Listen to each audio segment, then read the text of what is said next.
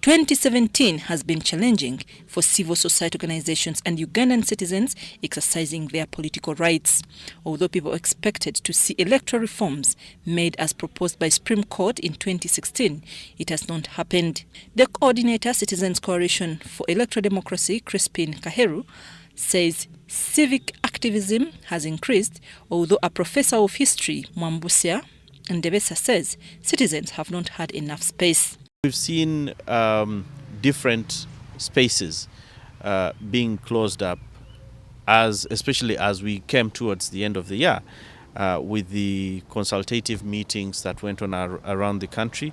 We saw those being impeded. I think one of the things that we can credit for the year 2017 is that the levels of civic activism in Uganda have shot up incredibly, and for me, I think that is a plus for the country, and we need to build on that spirit to ensure that citizens are more and more actively engaged, holding their leaders accountable, but also ensuring that political processes are more inclusive and more transparent. And by and large, I think people have not participated as expected. Yes, participation, but not enough. I think we have not been as democratic as we should be in terms of people participation in their own governance.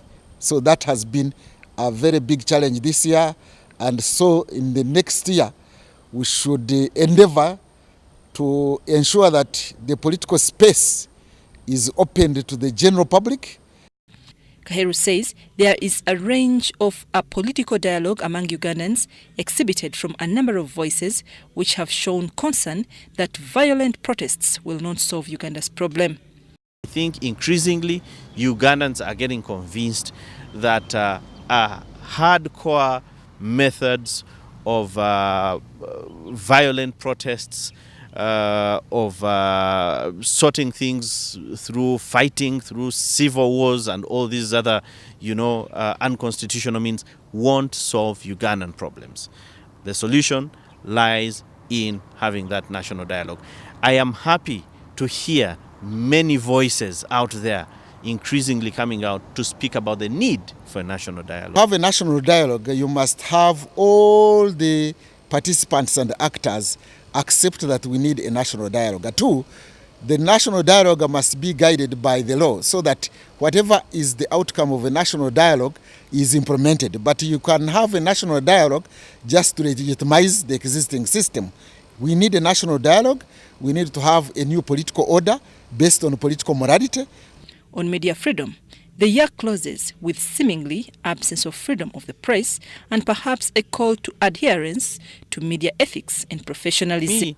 Seeing some of the bad things that have happened to our media industry in 2017, I think I want to make a very strong call onto government to say, come 2018, we need to exercise a very healthy balance between taking criticism, acting on that criticism, but also ensuring that media operates with its space, albeit in a professional manner. The media has not had enough space as expected.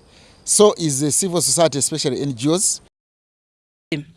On passing the amendment to Article 102B of the Constitution was a clear manifestation that there is a gap between the leaders and the people.